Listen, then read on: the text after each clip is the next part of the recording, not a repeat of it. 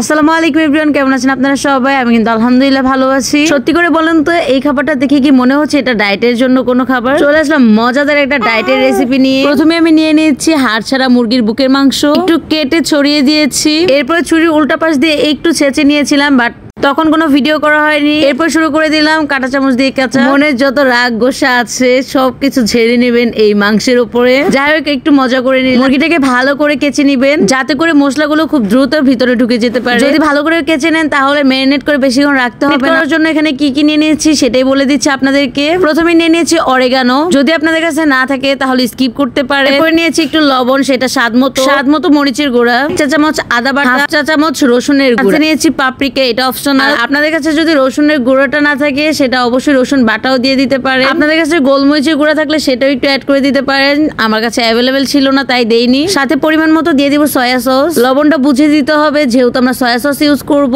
আর soya sauce দিয়ে দিয়েছিলাম আমি 1 টেবিল চামচ। যাই হোক, এরপরে এপাশ ওপাশ করে ভালো করে মশলাটা মেখে নিব। বাই দ্য ওয়ে, আপনারা যদি আমার এই ধরনের ডায়েটের রেসিপি দেখতে চান অবশ্যই কমেন্ট করে জানাতে পারেন। ভিডিওটি ভালো লাগলে অবশ্যই লাইকস করবেন, আর নতুন নতুন ভিডিও পাওয়ার জন্য আমার চ্যানেলটিকে সাবস্ক্রাইব করবেন এবং ফেসবুক পেজটি ফলো দিয়ে রাখবেন। একটু লবণও অ্যাড করে দিলাম কারণ লবণটা কম মনে হচ্ছিল আমার কাছে। এরপরে চুলায় একটা প্যান বসিয়ে দিলাম, সেখানে দিয়ে দিলাম 1 চামচ বাটার। বাটারটা মেল্ট হওয়ার পরেই দিয়ে দিব কিছু রসুন কুচি, ঘি, বাটার অথবা অলিভ অয়েল, যেটাই আপনাদের কাছে থাকে না কেন আপনারা ইউজ করতে পারেন। এই ধরনের খাবারে আমার কাছে ঘি আর বাটারের ফ্লেভারটা বেশি পছন্দ। আমি বাটারই দিয়ে দিয়েছি। বাটারের মধ্যে রসুনটাকে খুব ভালো করে ভেজে নিব।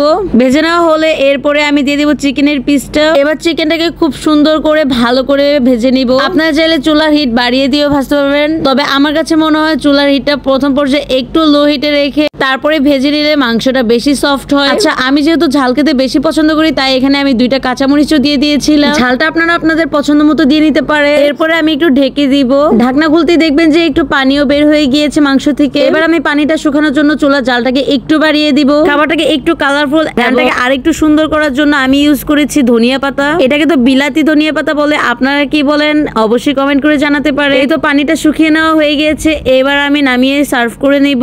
আর এটার সাথে আমি আরো কি কি খেয়েছি সেটা অবশ্যই আমি নেক্সট ভিডিওতে দেখাবো। ডায়েটের বিষয়ে আপনারা কিছু জানতে চাইলে সেটা অবশ্যই কমেন্ট করে জানাবেন। আমি যতটুকু জানি সেটা থেকে আপনাদের জানানোর চেষ্টা করব। আমি আজকে থেকে টানা 15 দিন পর্যন্ত ডায়েটের একটা চ্যালেঞ্জ শুরু করেছি। আপনারাও চাইলে আমার চ্যালেঞ্জে জয়েন হয়ে যেতে পারেন। আমি ডায়েটের জন্য যে চ্যালেঞ্জটা করতেছি সেটা হচ্ছে ওমেড ডায়েট। এই ডায়েট সম্পর্কে বিস্তারিত জানতে চাইলে অবশ্যই কমেন্ট করে জানাতে পারেন। 15 দিন কি কি খাবার খাই সেটা আপনাদের সাথে শেয়ার করব। আপনাদের কাছে আমার এই চিকেনের রেসিপিটা কেমন লেগেছে অবশ্যই কমেন্ট করে জানাবেন। দেখা হবে নতুন কোনো ভিডিও নিয়ে। ততদিন পর্যন্ত ভালো থাকুন, সুস্থ থাকুন। আল্লাহ হাফেজ, আসসালামু আলাইকুম।